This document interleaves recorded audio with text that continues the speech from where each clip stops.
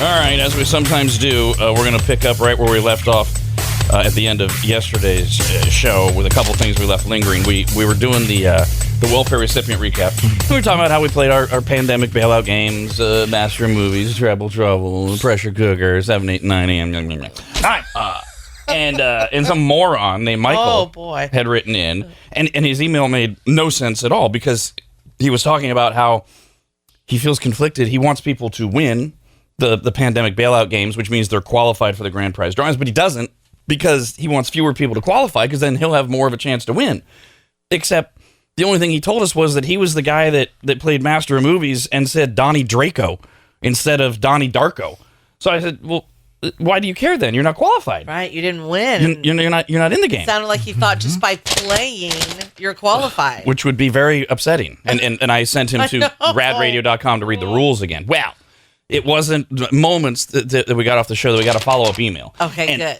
I want to say I in particular appreciate Michael's tone in writing back because oftentimes we get emails from people who are completely wrong and they write like total jerks. Just so you know. And then they say something that's wrong. What about, remember the jackass last week? Which one? Friday, when we had just talked about the Houston Texans and the Kansas City Chiefs game and how the Texans stayed in the locker room for the national anthem. Oh, yeah, this guy. And the guy wrote in, so I guess we're just not going to talk about how the Texans stayed in the locker room. Instead of saying, hey, did you guys talk about this? And had some other line like, sure. I guess it's not important enough, huh, Rob? So those kind of, Michael had every right to be a total jerk when he wrote back. And he wasn't. He wrote in and he said, I'm very sorry. You did not misunderstand me. I miscommunicated. Oh, my God. I love him already. And I wanted to clarify before you called me an idiot on air again, because I did. Oh, God. Oh, God. That's why I went with moron this morning to mix it up. Oh, shoot. Because until you didn't know that he wasn't not a moron until now.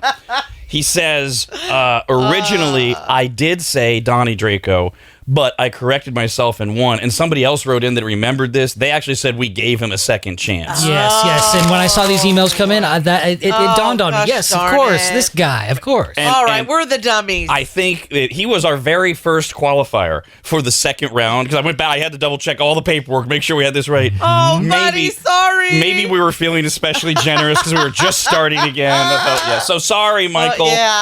You're not a moron. No, not at all. I am. We all are, but right. I'm the main moron on that one. Second quick update. Yesterday we talked about, as we were going over the NFL, the humor of trying to watch football and see the guys, the coaches, and who's wearing their mask and who isn't. Yeah. Nobody was as great as Andy Reid with the fogged up face shield. He's got to work something else from Thursday. But we had John Gruden, coach of the Raiders, who just wore it as a chin strap the entire time. You had some coaches who wore it all the time, some coaches who wore it half the time. Then there were all the memes of the coaches who, even though they're wearing a mask, are still covering their face with their play sheet so that we can't read their lips behind their masks.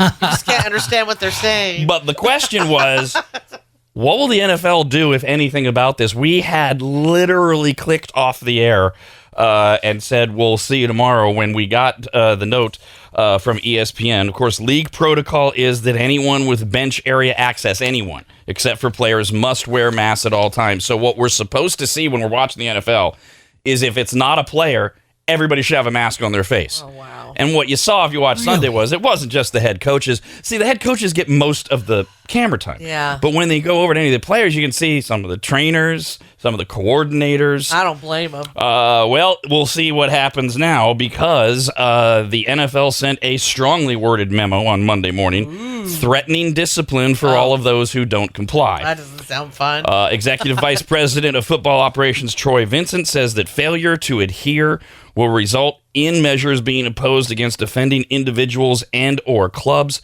The face covering must be worn as designed so that it securely fits across the wearer's nose and mouth to prevent the transmission of the virus. No, at least end it honestly to make everyone feel good that's watching on TV. I understand. I mean, good Lord. It would be what nicer. It's for. It would be nicer if the memo said, "Hey guys, we're in the age of virtue signaling, and so we even though we at the NFL have done a spectacular job of containing COVID, even though we're not even living in a bubble like baseball or basketball. Basketball and hockey.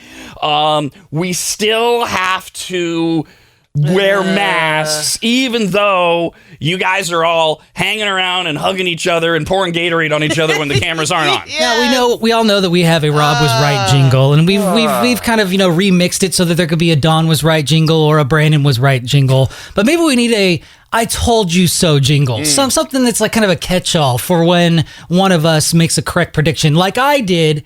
In this case. Well, do we know? Was this you? Because if this is you, I remember saying, I think John Gruden is going to get a talking to because of his chin strap dealio. Brandon. We